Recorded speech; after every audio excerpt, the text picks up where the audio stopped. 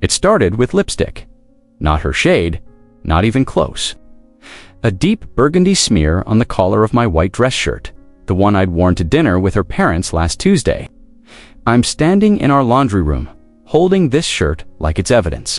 In a murder trial, and my hands are shaking, Alina always wears soft pinks, coral shades that complement her olive skin. This burgundy, this is someone else's mouth. Someone else's lips pressed against fabric that should only smell like my cologne and her perfume.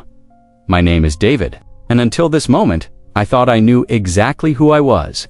Husband to Alina Vasquez, the most beautiful woman who ever agreed to marry a guy like me. Insurance adjuster by day, weekend warrior on my motorcycle, collector of vintage vinyl records. Simple life, simple man, simple love. Or so I believed. Standing here with this shirt in my hands, I realize I don't know anything at all. The burgundy lipstick stares back at me like an accusation. My throat closes up, and I have to grip the edge of the washing machine to keep from falling over. 8 years of marriage. 8 years of believing that what we had was solid, unshakable, built on a foundation of trust and shared dreams. We met at a coffee shop downtown. She was reading Neruda. I was pretending to understand the financial section of the newspaper. When she laughed at something in her book, the sound was like wind chimes in a summer breeze, and I knew right then that I had to talk to her or spend the rest of my life wondering what if. Our first conversation lasted for hours. We talked about everything and nothing: her job at the marketing firm, my work processing insurance claims, her love of salsa dancing, my obsession with finding original pressing Beatles albums. She had this way of listening, really listening, like every word I said mattered. When I walked her to her car that night, she stood on her tiptoes and kissed my cheek, and I swear I felt something fundamental shift in the universe. Like all the chaos and randomness of life had suddenly aligned into perfect order. We were married 2 years later, in her family's backyard, surrounded by white roses and string lights and the smell of her mother's homemade tamales.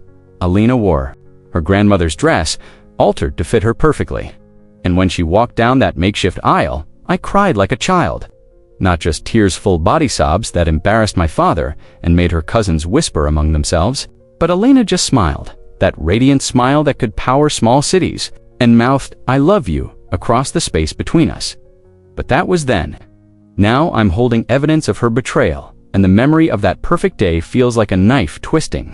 In my chest, I stuff the shirt back into the hamper and walk upstairs to our bedroom, where Alina is getting ready for work. She's standing in front of our full-length mirror, applying mascara with surgical precision, wearing a dress I've never seen before, black, form-fitting, with a neckline that's professional but just suggestive enough to make a man's imagination wander. "New dress?" I ask, trying to keep my voice casual. She doesn't look at me in the mirror. "I've had this forever, David. You just don't pay attention." There it is, the dismissal, the casual cruelty wrapped in everyday conversation. 6 months ago, she would have turned around, shown off the dress, asked my opinion. 6 months ago, she cared what I thought. Now I'm furniture, part of the background scenery of her life. "I pay attention," I say, but even as the words leave my mouth, I know they sound pathetic. She finally looks at me, and there's something in her eyes I've never seen before. Pity. She pities me. "Do you though?" she asks, and there's an edge to her voice that cuts deeper than any scream could. "When's the last time you really looked at me, David? When's the last time you saw me?" I want to tell her that I see her every day, that she's the first thing I think about when I wake up and the last thing before I fall asleep. I want to tell her about the way she hums while she cooks, how she still reaches for my hand during scary movies, how she laughs at her own jokes before she finishes telling them. But standing here in our bedroom, watching her transform into someone I don't recognize, the words die in my throat. She grabs her purse, kisses my cheek with lips that feel foreign against my skin, and leaves for work. The house fills with silence so heavy I can barely breathe. I call in sick, something I've done maybe 3 times in 5 years, and spend the day walking through our home like a detective at a crime scene, looking for clues, for evidence, for some explanation that makes sense. In her nightstand drawer, underneath old magazines and a book about meditation she never finished, I find a receipt from La Bernardine. The date is from last Thursday. The amount makes me whistle $237. I was home that Thursday, eating leftover pizza and watching Netflix, wondering why Alina was working late again. She came home at 11:30, claimed she'd grabbed a sandwich at her desk. Apparently, her sandwich came with champagne and appetizers and whatever else you order at the most romantic restaurant in the city. My hands are shaking again as I put the receipt back exactly where I found it. Part of me wants to confront her, immediately to wave this evidence in her face and demand answers, but a larger part of me, the part that's been growing stronger and colder over the past few months, wants to know everything. I want to know how long this has been going on, how deep it goes, whether there's anything left of the woman I married, or if she's been completely replaced by this stranger who shares my bed. The next few weeks become a masterclass in deception, not hers. I start paying attention to everything, cataloging every inconsistency, every lie, every moment when her eyes go somewhere else while she's talking to me.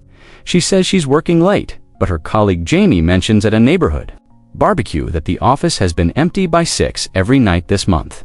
She claims her phone died when I couldn't reach her on Saturday afternoon, but I see her charging cable still coiled neatly in the kitchen drawer, unused.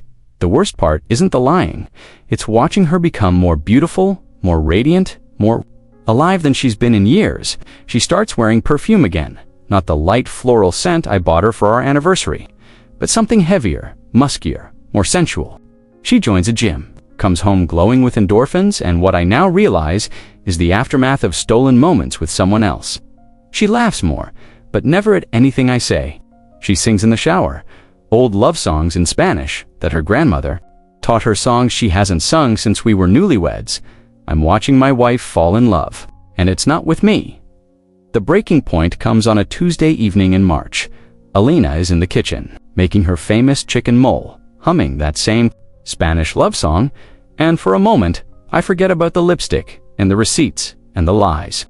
For a moment, I see the woman I married, the woman who used to cook this same dish for me when I had a bad day at work, who would let me taste the sauce off her finger and laugh when I inevitably got it all over my face.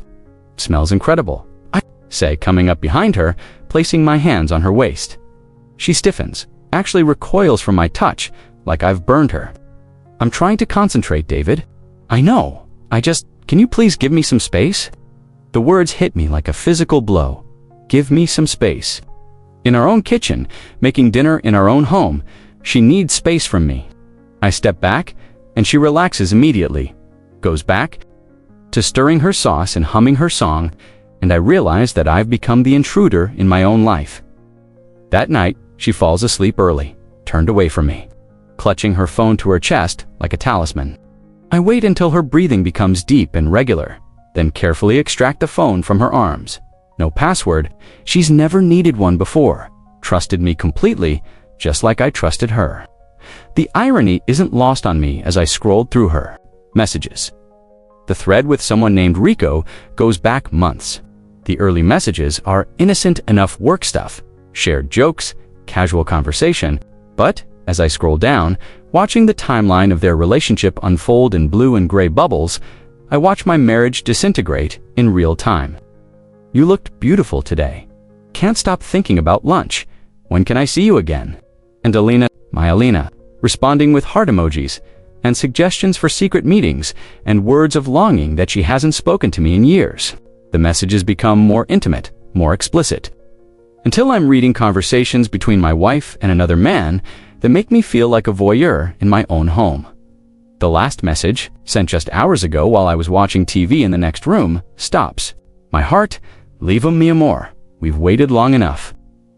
Her response, sent at 11:47 p.m. while I was brushing my teeth. Soon, I promise. I just need to figure out how. I set the phone back on her chest as carefully as I can, but my hands are shaking so violently that I'm afraid I'll wake her. Rico, not Marcus Rico. How many fictional coworkers and imaginary late nights have I accepted without question? I walk to the bathroom and throw up, empty my stomach completely, then sit on the cold tile floor and cry harder than I've cried since my father died. But these aren't tears of sadness, they're tears of rage, of betrayal, of the particular humiliation that comes from realizing you've been played for a fool. When I'm done crying, something else takes its place. Something cold and calculating and absolutely certain about what needs to happen next. I'm not going to confront her. I'm not going to scream or throw things or make dramatic proclamations. I'm going to do something much worse. I'm going to take apart the life she's trying to escape from, piece by careful piece, and make sure she leaves with nothing but the clothes on her back and the shame of what she's done. The next morning, Alina wakes up refreshed and cheerful, makes coffee for both of us like she's done every morning for 8 years, kisses my forehead before she leaves for work. "Have a good day, baby," she says, and the casual endearment feels like acid on my skin. "You too," I manage, and she's out the door, probably texting Rico before she's even out of the driveway. I take another sick day, then another, my supervisor. Janet calls to check on me, and I tell her I think I have food poisoning, might need the whole week. She's sympathetic, tells me to take care of myself, rest up. If she only knew what kind of rest I'm planning. First, I call our bank. "Hi, this is David Chen. I need to speak to someone about our joint accounts." The customer service representative is helpful, professional. I explain that I'm concerned about some unusual activity, that I want to set up alerts for any large withdrawals or transfers. What I don't tell her is that I'm also quietly moving money. Not all of it, nothing that would trigger automatic alerts, but significant amounts shifted into an account Alina doesn't know about. Money I've been saving for a surprise vacation. To Spain, her dream destination, money that's now going to fund my escape instead of hers. Next, I call our mortgage company. Same story, concerned husband, wanting to understand our options, our obligations.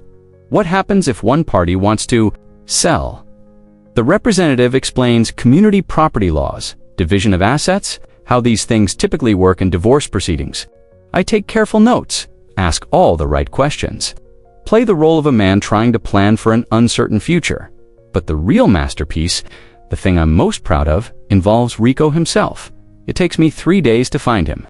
Rico Mendoza, Sr., account executive at Elena's company, divorced father of 2, drives a red BMW and lives in a condo downtown that costs more than most people's annual salary. Social media makes stalking so easy these days. Know his favorite restaurants, his workout schedule, his weekend haunts. I know he's been married twice before, both marriages ending in acrimonious divorces involving accusations of infidelity. Alina thinks she's special, thinks she's different, thinks she's the one who's finally going to tame this man who makes a hobby of seducing married women. I also know, thanks to some creative internet research and a few well-placed phone calls to mutual acquaintances, that Rico has a reputation, not just with women with money, specifically with other people's money. There are rumors, whispers, stories about expense accounts and client funds and corners cut when no one's looking. Nothing proven, nothing actionable, but enough smoke to suggest fire. So I start building a case, not for Alana, she's already lost to me, already made her choice, but Rico. Rico is going to learn that there are consequences for breaking up marriages, for stealing wives, for thinking you can take whatever you want without paying for it. I spend my fake sick days following him, learning his patterns, understanding his vulnerabilities. He meets Alina for lunch every Tuesday and Thursday at a little cafe on Madison Street. He stays late at the office, not because he's dedicated, but because he's skimming time, billing clients for hours he's actually spending in hotel rooms with my wife. He's careless with his phone, often leaving it unattended on his desk while he goes to meetings, never thinking that someone might be watching, waiting. Planning. The plan comes together like pieces of a puzzle clicking into place. I don't want to destroy Elena, despite everything. Despite the betrayal and the lies and the casual cruelty, I still love her enough to want her to be happy. But I want her to understand that actions have consequences, that you can't just decide to blow up someone's life without expecting some fallout. And Rico is going to learn a much harder lesson.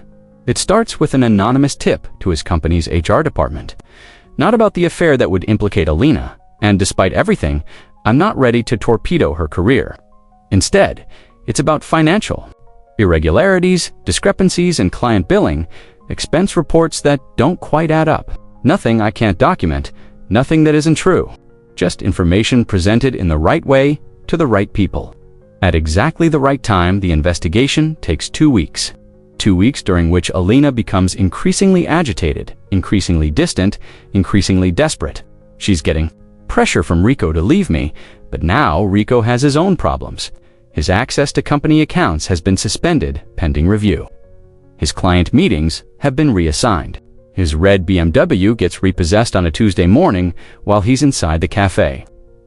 Waiting for my wife to show up for their regular lunch date, Alina doesn't know why Rico suddenly can't afford expensive dinners, why he's distracted and short-tempered, why he keeps canceling their secret rendezvous. All she knows is that the man who promised to take care of her, who promised to give her a better life than the one I provided, suddenly can't take care of himself. I watch it all unfold from a distance, like a director watching his movie come together in the editing room. Alina stops humming in the shower. She stops wearing the new perfume. She starts looking at me differently, not with pity anymore, but with something that might be regret, or maybe just confusion about why her perfect escape plan is falling apart. The confrontation, when it finally comes, isn't dramatic. There's no screaming, no throwing of dishes, no theatrical declarations of love or betrayal. It happens on a Sunday morning. While we're both reading different sections of the newspaper at our kitchen table, the same table where we've shared coffee and conversation for 8 years, "I need to tell you something," she says, not looking. Up from the lifestyle section. "Okay," I say, turning a page of the sports section, pretending to be interested in baseball scores. "I've been seeing someone else." The words hang in the air between us like smoke. I fold my newspaper carefully, set it aside, look at my wife really, look at her for the first time in months. She's lost weight. There are dark circles under her eyes that makeup can't quite hide. Her hands are shaking slightly as she grips her coffee mug. How long, I ask? 6 months, maybe 7. She still won't meet my eyes. It wasn't supposed to happen, David. It just ... did. "Rico Mendoza," I say, and she looks up sharply, surprised that I know the name. "How did you—" "I'm not stupid, Alina. Distant, maybe. Inattentive, apparently, but not stupid." We sit in silence for a long moment. Outside, our neighbor is mowing his lawn, and the sound is strangely comforting, a reminder that normal life continues even when your world is ending. "Do you love him?" I ask. She hesitates, and in that hesitation, I hear everything I need to know. "I thought I did," she says finally. "I thought he was going to. I thought we were going to ... Going to what? Run away together, start a new life, leave me behind like 8 years of marriage meant nothing." Now she does look at me, and I see tears in her eyes. Real tears, not the crocodile tears of someone caught in a lie, but genuine grief for what we've lost. "I was so lonely, David. We were like roommates, not husband and wife. We never talked anymore, never really saw each other. I felt invisible." "And Rico made you feel visible?" "Yes." The word is barely a whisper. "And now?" She laughs, but there's no humor in it. "Now Rico can barely return my calls. Now Rico is fighting to keep his job and his car and his fancy condo. Now Rico doesn't have time for married women with complicated lives. I want to feel vindicated, but instead, I just feel tired, bone deep, soul-crushing tired." "What do you want, Alina?" "I want to try," she says, reaching across the table to touch my hand. "I want us to try. I know I messed up. I know I hurt you, but maybe we can fix this. Maybe we can go to counseling. Maybe we can." I pull my hand away gently. "No, David, please. No," I repeat, and the firmness in my own voice surprises me. "You don't get to have an affair for 7 months. Plan to leave me for another man, and then come back when he doesn't work out. That's not how this works." She starts crying then, real sobs that shake her whole body. "I'm sorry," she keeps saying. "I'm so sorry, David. I love you. I never stopped loving you. And here's the thing that breaks my heart all over again. I believe her. I believe she loves me, in whatever way she's capable of loving anyone. But I also know that love isn't enough anymore. Trust, once broken, doesn't just magically repair itself. Respect, once lost, doesn't come back because someone gets scared and wants to return to the safety of a marriage they were ready to abandon. I know you're sorry," I tell her, and I reach across to wipe tears from her cheek. "And I know you love me. But I also know that you were planning to leave me. I read the messages, Alina. I know you were going to take half of everything we built together and start over with a man who seduces married women for sport." Her face goes white. "You read my messages." "I read everything. The restaurants, the hotels, the plans to leave me. All of it. That was private. Nothing's private when you're married, Alina. Or at least it shouldn't be. I stand up suddenly, needing distance between us. You want To know the real tragedy here, it's not that you had an affair. It's not even that you fell in love with someone else. It's that you were ready to throw away 8 years of marriage without even trying to fix what was broken between us first. She follows me into the living room, still crying, still pleading. We can fix it now. We can start over. We can with what? I turn to face her, and I can see she's shocked by the coldness in my voice. With what trust? With what respect? You think I'm going to spend the rest of my life wondering if you're really working late, or if you're really at the gym, or if you're really visiting your sister. You think I'm going to wake up every morning wondering if today's the day you decide I'm not enough again. It won't be like that. It will be exactly like that. I walk to the window, look out at our neighborhood, at the life we built together that she was so ready to abandon. You know what the worst part is? I would have fought for us. If you had come to me 6 months ago and said you were unhappy, that you felt invisible, that you needed more from our marriage, would have moved mountains to give it to you. But you didn't give me that chance. You decided I wasn't worth the effort. The silence stretches between us like a chasm. Finally, she speaks, and her voice is small, defeated. What happens now? Now you pack a bag and go stay with your sister while we figure out the details. Now we divide up 8 years of shared life like it's a business transaction. Now we both start over, separately, David and Alina. I turn to look at her one last time. This woman I loved more than my own life. This woman who chose someone else over the man who would have died for her. Rico's not going to be there for you. Whatever promises he made, whatever future he painted for you, it was all bullshit. He's about to lose his job, probably face criminal charges for embezzlement. The investigation should wrap up this week. Her mouth falls open. What investigation? Turns out Rico has been skimming money from client accounts for months, probably to pay for all those expensive dinners and hotel rooms. Someone finally noticed the discrepancies and reported it to HR. The realization dawns on her face slowly. Someone, you mean you. I don't deny it, don't confirm it either. Just shrug and walk toward the stairs. Pack light, I tell her. We'll figure out the rest later. That night, alone in our house, for the first time in 8 years, I sit in my study with a glass of bourbon and think about the man I used to be. The man who trusted completely, who loved without reservation, who believed that marriage was forever. That man is gone, died sometime between finding the lipstick on my shirt and reading my wife's messages to her lover. In his place is someone harder, colder, more calculating, someone who can plan revenge with the same methodical precision that Alina planned her escape. I should feel guilty about Rico, should feel bad about destroying a man's career, even if he was stealing my wife and embezzling money, but I don't. I feel satisfied, complete, like I've finally balanced an equation that was wildly uneven. Rico wanted to play with fire, wanted to steal other men's wives and live like a king on money that wasn't his. Now he gets to face the consequences. Alina calls 3 times that first night. I let it go to voicemail, listen to her messages later. She's staying at her sister Maria's place, she says. She wants to talk, wants to work things out, wants to know if we can try counseling. In the third message, her voice is different, harder, angrier. She's figured out that Rico's troubles aren't coincidental, that her husband isn't the weak, passive man she thought he was. I know what you did, she says to my voicemail at 2 a.m. I know you destroyed Rico's life out of spite. That's not the man I married, David. That's not who you are. But she's wrong. This is exactly who I am. Maybe it's who I've always been, buried under years of trust and compromise and believing the best about people. Maybe betrayal doesn't change. Maybe it just reveals who you really are. When everything you thought you could count on turns out to be a lie. The divorce proceedings take 6 months. Alina fights for half of everything, claims she deserves it after 8 years of marriage, 8 years of supporting my career and building our life together. She's not wrong, legally speaking. California is a community property state, and she's entitled to her share. But she's made one crucial mistake. She assumes I'm going to play fair. Follow the rules, divide everything down the middle, like civilized people. Instead, I make her work for every dollar. Every asset gets contested. Every piece of property gets evaluated and reevaluated. Every shared debt gets scrutinized.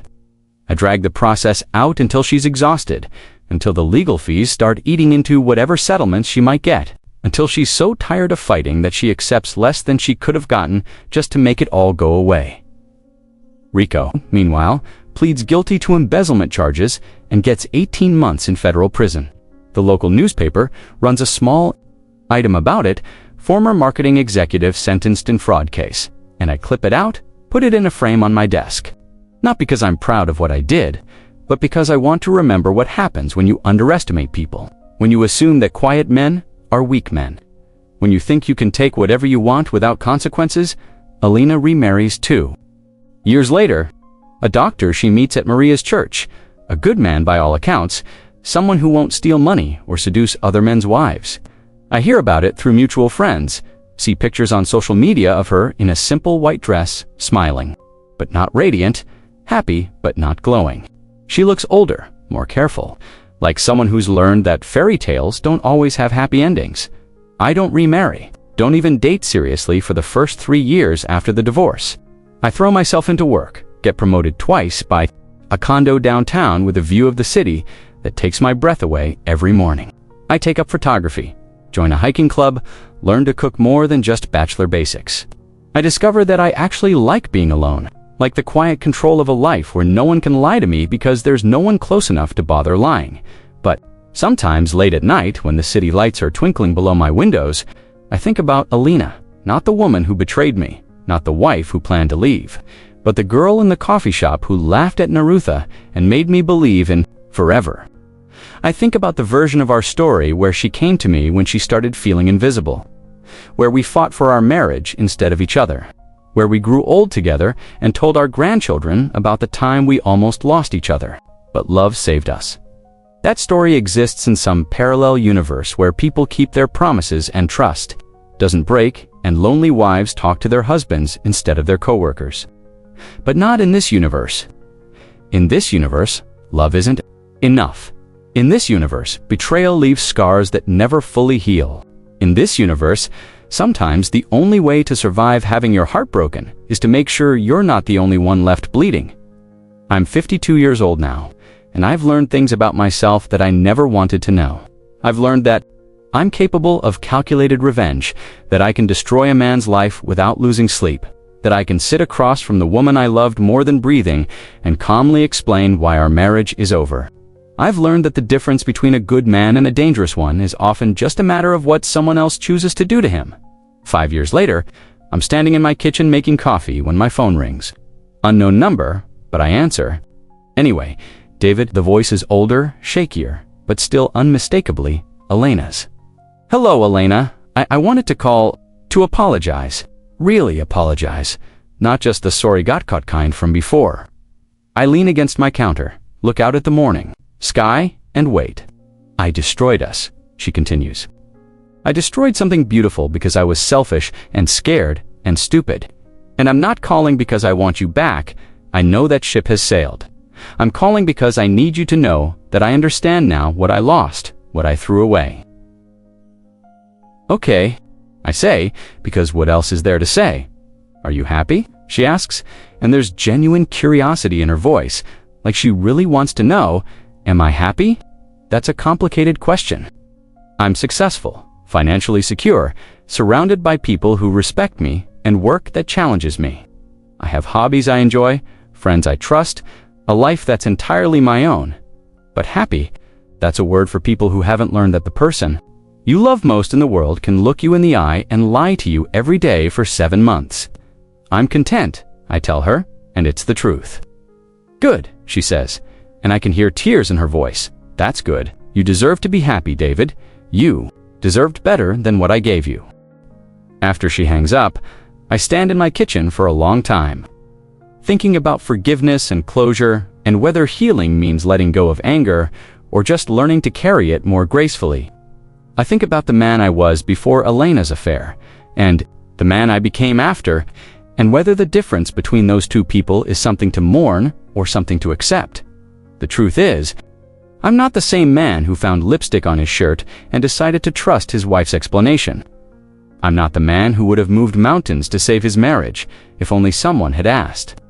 That man was naive, trusting, vulnerable in ways that left him open to devastating betrayal. The man I am now is harder, more careful, less willing to believe in forever. But he's also stronger, more self-reliant, less likely to let anyone else's choices destroy his world. Maybe that's not happiness exactly, but it's something. It's survival. It's the particular kind of peace that comes from knowing that whatever life throws at you next, you've already survived the worst thing you thought could happen to you. You've already learned that you're stronger than you knew, more resilient than you imagined, more capable of rebuilding than you ever wanted to find out. The sun is fully up now, painting my kitchen golden, and I finish making my coffee and start planning my day. It's a good day, full of possibility and purpose, and the quiet satisfaction of a life lived entirely on my own terms. Alina chose her path 5 years ago, and I chose mine. The difference is, I'm still walking forward on mine.